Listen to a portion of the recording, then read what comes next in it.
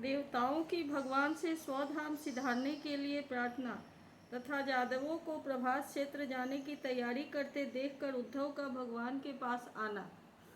श्री सुखदेव जी कहते हैं, परीक्षित, जब देवर्षि नारद वसुदेव जी को उपदेश करके चले गए, तब अपने पुत्र सनकादिकों देवताओं और प्रजापतियों के साथ ब्रह्मा जी, भूतगणों के साथ सर्वेश्वर महादेव जी और मरुदगणों के साथ देवराज इंद्र द्वारिका नगरी में आए। साथ ही सभी आदित्यगण, आठों वसु, अश्विनी कुमार, ऋभु, अंगिरा के वंशज ऋषि, 11 रुद्र, विश्वदेव, साध्यगण, गंधर्व, अप्सराएं, नाग, सिद्ध, चारण, गुह्यक, ऋषि, पितर, विद्याधर और किन्नर भी वहीं पहुंचे। इन लोगों का आगमन का उद्देश्य यह था कि मनुष्य का सा मनोहर वेश धारण करने वाले और अपने श्याम सुंदर विग्रह से सभी लोगों का मन अपनी ओर खींचकर रमा लेने वाले भगवान श्री कृष्ण का दर्शन करें, क्योंकि इस समय उन्होंने अपना श्री विग्रह प्रकट करके उसके द्वारा तीनों लोकों में ऐसी पवित्र कीर्ति का विस्तार किया है जो समस्त लोकों के पाप ताप को सदा के लिए मिटा देती है। द्वारकापुरी सब प्रकार की संपत्ति और ऐश्वर्यों से समृद्ध तथा अलौकिक दीप्ति से दीप्यमान हो रही थी। वहां आकर उन लोगों ने अनूठी छवि से युक्त भगवान श्री कृष्ण के दर्शन किए। भगवान की रूप माधुरी का निर्निमेष नयनों से पान करने पर भी उनके नेत्र तृप्त न होते थे। वे एकटक बहुत देर तक उन्हें देखते ही रहे। उन लोगों ने स्वर्ग के उद्यान, नंदनवन, चैत्र रथ आदि के दिव्य पुष्पों से जगदीश्वर भगवान श्री कृष्ण को ढक दिया और चित्र विचित्र पदों तथा अर्थों से युक्त वाणी के द्वारा उनकी स्तुति करने लगे। देवताओं ने प्रार्थना की, स्वामी, कर्मों के विकट फंदों से छूटने की इच्छा वाले मुमुक्षु जन भक्ति भाव से अपने हृदय में जिसका चिंतन करते रहते हैं, आपके उसी चरण कमल को हम लोगों ने अपनी बुद्धि, इंद्रिय, प्राण, मन और वाणी से साक्षात्कार नमस्कार किया। ओहो, आश्चर्य है अजित, आप माईक, रज और गुणों में स्थित होकर इस अचिंत्य नाम रूपात्मक प्रपंच की त्रिगुणमयी माया के द्वारा अपने आप में ही रचना करते हैं, पालन करते और संहार करते हैं।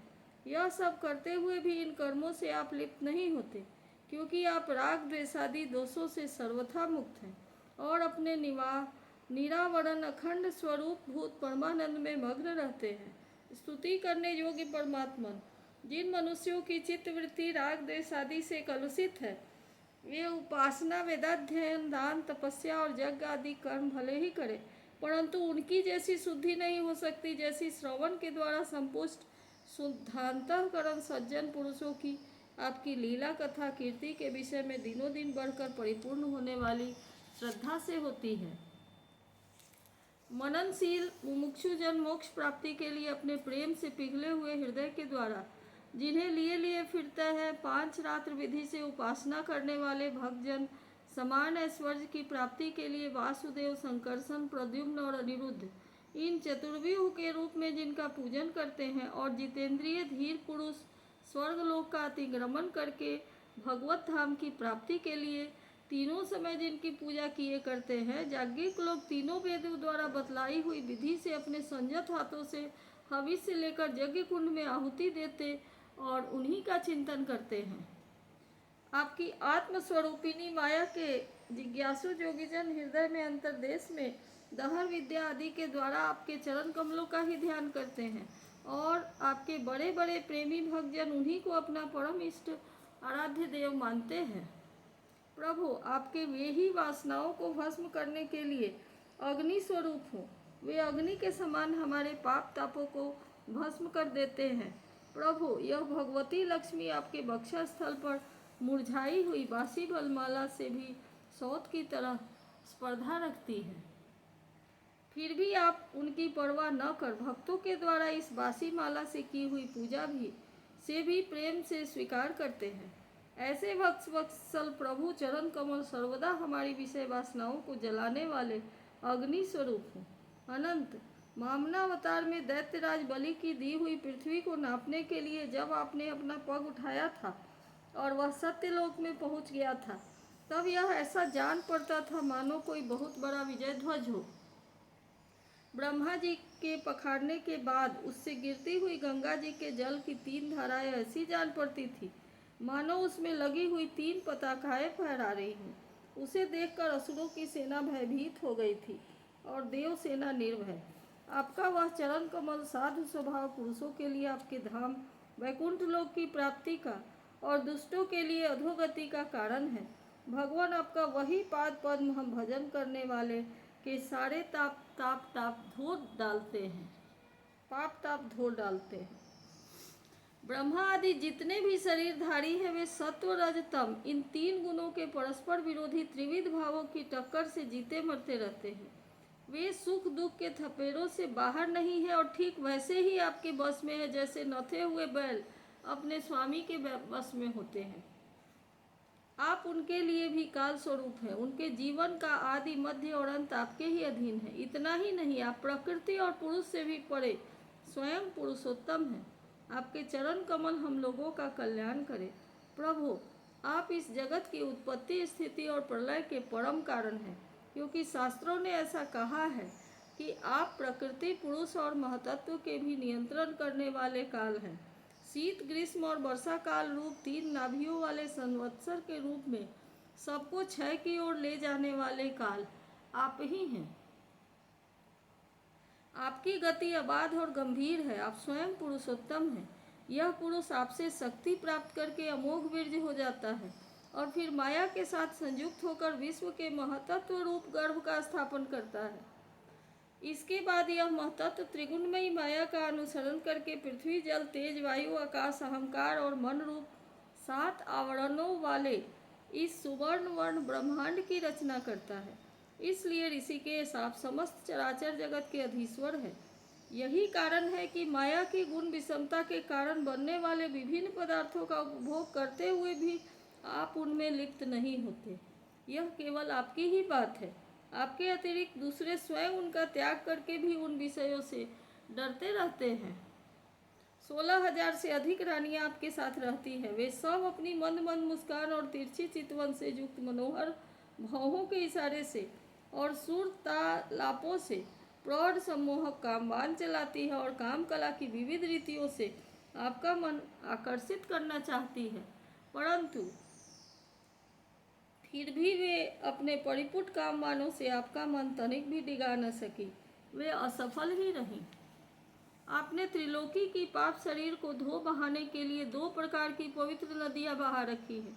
एक तो आपकी अमृतमयी लीला से भरी कथा नदी और दूसरी आपके पाद प्रक्षालन के जल से भरी गंगा जी। अतः सत्संग से भी विवेकी जन कानों के द्वारा आपकी कथा नदी में और शरीर के द्वारा गंगा जी में गोता लगाकर दोनों ही तीर्थों का सेवन करते हैं और अपने पाप ताप मिटा देते हैं। श्री सुखदेव जी कहते हैं, परीक्षित, समस्त देवताओं और भगवान शंकर के साथ ब्रह्मा जी ने इस प्रकार भगवान की स्तुति की। इसके बाद वे प्रणाम करके अपने धाम में जाने के लिए आकाश में स्थित होकर भगवान से इस प्रकार कहने लगे। ब्रह्मा जी ने कहा, सर्वात्मन प्रभु, पहले हम लोगों ने आपसे अवतार लेकर पृथ्वी का भार उतारने के लिए प्रार्थना की थी, सो यह काम आपने हमारी प्रार्थना के अनुसार ही यथोचित रूप से पूरा कर दिया। आपने सत्यपरायण साधु पुरुषों के कल्याणार्थ धर्म की स्थापना भी कर दी और 10 दिशाओं में ऐसी कीर्ति फैला दी जिसे सुन सुनाकर सब लोग अपने मन का मैल मिटा देते हैं। आपने यह सर्वोत्तम रूप धारण करके जदुवंश में उतार लिया और जगत के हित के लिए उदारता और पराक्रम से भरी अनेकों लीलाएं की। प्रभु, कलयुग में जो साधु स्वभाव मनुष्य आपकी इन लीलाओं का श्रवण कीर्तन करेंगे वे सुगमता से ही इस अज्ञान रूप अंधकार से पार हो जाएंगे। पुरुषोत्तम सर्वशक्तिमान प्रभु, आपको जदुवंश में अवतार ग्रहण लिए 125 वर्ष बीत गए हैं। सर्वाधार, अब हम लोगों का ऐसा कोई काम बाकी नहीं है जिसे पूर्ण करने के लिए आपको यहाँ रहने की आवश्यकता है। ब्राह्मणों के शाप के कारण आपका यह कुल भी एक प्रकार से नष्ट हो ही चुका है। इसलिए वैकुंठनाथ, यदि आप उचित समझे तो अपने परम धाम में पधारिए और अपने सेवक हम लोकपालों तथा हमारे लोगों का पालन पोषण कीजिए। भगवान श्री कृष्ण ने कहा, ब्रह्मा जी, आप जैसा कहते हैं मैं पहले से ही वैसा निश्चय कर चुका हूँ। मैंने आप लोगों का सब काम पूरा करके पृथ्वी का भार उतार दिया परंतु अभी एक काम बाकी है, वह यह कि यदुवंशी बल विक्रम वीरता शूरता और धन संपत्ति से उन्मत्त हो रहे हैं। ये सारी पृथ्वी को ग्रस लेने पर तुले हुए हैं। इन्हें मैंने ठीक वैसे ही रोक रखा है जैसे समुद्र को उसके तट की भूमि। यदि मैं घमंडी और उच्छृंखल यदुवंशियों का यह विशाल वंश नष्ट किए बिना ही चला जाऊंगा, तो ये सब मर्यादा का उल्लंघन करके सारे लोगों का संहार कर डालेंगे। निष्पाप ब्रह्मा जी, अब ब्राह्मणों के शाप से इस वंश का नाश प्रारंभ हो चुका है, अतः अंत हो जाने पर मैं आपके धाम में होकर जाऊंगा। श्री सुखदेव जी कहते हैं, परीक्षित, जब अखिल लोकपति भगवान श्री कृष्ण ने इस प्रकार कहा तब ब्रह्मा जी ने उन्हें प्रणाम किया और देवताओं के साथ वे अपने धाम को चले गए। उनके जाते ही द्वारकापुरी में बड़े बड़े अपशगुन, बड़े बड़े उत्पात उठ खड़े हुए। उन्हें देखकर यदुवंश के बड़े बूढ़े भगवान श्री कृष्ण के पास आए। भगवान श्री कृष्ण ने उनसे यह बात कही। भगवान श्री कृष्ण ने कहा, गुरुजनों, आजकल द्वारका में जिधर देखिए उधर ही बड़े बड़े अपशगुन और उत्पात हो रहे हैं। आप लोग जानते ही हैं कि ब्राह्मणों ने हमारे वंश को ऐसा शाप दे दिया है जिसे टाल सकना बहुत ही कठिन है। मेरा ऐसा विचार है कि यदि हम लोग अपने प्राणों की रक्षा चाहते हो तो हमें यहाँ नहीं रहना चाहिए। अब विलम्ब करने की आवश्यकता नहीं है। हम लोग आज ही परम पवित्र प्रभास क्षेत्र के लिए निकल पड़े। प्रभास क्षेत्र की महिमा बहुत प्रसिद्ध है। जिस समय दक्ष प्रजापति के शाप से चंद्रमा को राज्य क्षमा रोग ने ग्रस लिया था, उस समय उन्होंने प्रभास क्षेत्र में जाकर स्नान किया और वे तत्क्षण उस पापजन्य रोग से छूट गए। साथ ही उन्हें कलाओं की अभिवृद्धि भी प्राप्त हो गई। हम लोग भी प्रभास क्षेत्र में चलकर स्नान करेंगे, देवता एवं पितरों का तर्पण करेंगे और साथ ही अनेकों गुण वाले पकवान तैयार करके श्रेष्ठ ब्राह्मणों को भोजन कराएंगे। वहाँ हम लोग उन सत्पात्र ब्राह्मणों को पूरी श्रद्धा से बड़ी बड़ी दान दक्षिणा देंगे और इस प्रकार उनके द्वारा अपने बड़े बड़े संकटों को वैसे ही पार कर पाएंगे जैसे जहाज के द्वारा समुद्र पार कर जाए। श्री सुखदेव जी कहते हैं, कुल नंदन, जब भगवान श्री कृष्ण ने इस प्रकार आज्ञा दी तब यदुवंशियों ने एक मत से प्रभास जाने का निश्चय कर लिया और सब अपने अपने रथ सजाने जोतने लगे। परीक्षित, उद्धव जी भगवान श्री कृष्ण के बड़े प्रेमी और सेवक थे। उन्होंने जब यदुवंशियों को यात्रा करने की तैयारी करते देखा, भगवान की आज्ञा सुनी तो अत्यंत घोर अपशगुन देखे, तब वे जगत के एकमात्र अधिपति भगवान श्री कृष्ण के पास एकांत में गए। उनके चरणों पर अपना सिर रखकर प्रणाम किया और हाथ जोड़कर उनसे प्रार्थना करने लगे। उद्धव जी ने कहा, जोगेश्वर, आप देवाधिदेवों के भी अधीश्वर हैं। आपकी लीलाओं के श्रवण कीर्तन से जीव पवित्र हो जाता है। आप सर्वशक्तिमान परमेश्वर हैं। आप चाहते हो तो ब्राह्मणों के शाप को मिटा सकते हैं, परंतु आपने वैसा किया नहीं। इससे मैं यह समझ गया कि आप यदुवंश का संहार करके इसे समेट कर अवश्य ही इस लोक का परित्याग कर देंगे। परंतु घुंघराली अल्पों वाले श्याम सुंदर, मैं आधे क्षण के लिए भी आपके चरण कमलों के त्याग की बात सोच भी नहीं सकता। मेरे जीवन सर्वस्व मेरे स्वामी, आप मुझे भी अपने धाम में ले चलिए। प्यारे कृष्ण, आपकी एक एक लीला मनुष्यों के लिए परम अमृतमयी और खानों के लिए अमृत स्वरूप है। जिसे एक बार इस रस का चस्का लग जाता है, उसके मन में फिर कभी दूसरी वस्तु के लिए लालसा ही नहीं रह जाती। प्रभु, हम तो उठते बैठते, सोते जागते, घूमते फिरते आपके साथ रहे हैं। हमने आपके साथ स्नान किया, खेल खेले, भोजन किया, कहाँ तक गिनावे। हमारी एक एक चेष्टा आपके साथ होती रही। आप हमारे प्रियतम हैं, और तो क्या, आप हमारे आत्मा ही हैं। ऐसी स्थिति में हम आपके प्रेमी भक्त आपको कैसे छोड़ सकते हैं। हमने आपकी धारण की हुई माला पहनी, आपके लगाए हुए चंदन लगाए, आपके उतारे हुए वस्त्र पहने और आपके धारण किए हुए गहने से अपने आप को सजाते रहे। हम आपकी जूठन खाने वाले सेवक हैं, इसलिए हम आपकी माया पर अवश्य ही विजय प्राप्त कर लेंगे। अतः प्रभु, हमें आपकी माया का डर नहीं है, डर है तो केवल आपके वियोग का। हम जानते हैं कि माया को पार कर लेना बहुत ही कठिन है।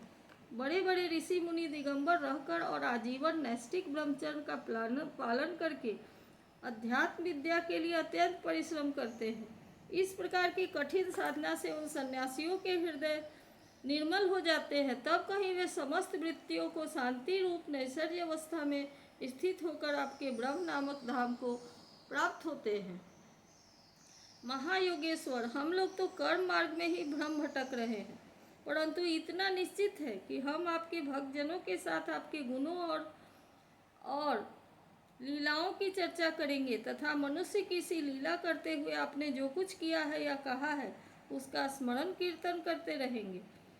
साथ ही आपकी चाल ढाल, मुस्कान, चितवन और हास परिहास की स्मृतियों में तल्लीन हो जाएंगे। केवल इसी से हम दुस्तर माया को पार पा लेंगे। इसीलिए हमें माया से पार जाने की नहीं, आपके विरह की चिंता है। आप हमें छोड़िए नहीं, साथ ले चलिए। श्री सुखदेव जी कहते हैं, परीक्षित, जब उद्धव जी ने देवकी नंदन भगवान श्री कृष्ण से इस प्रकार प्रार्थना की, तब उन्होंने अपने अनन्य प्रेमी सखा एवं सेवक उद्धव जी से कहा। इति श्रीमद्भागवत महापुराणे पारमहंस्या संहितायां एकादश स्कंधे षष्ठोऽध्यायः।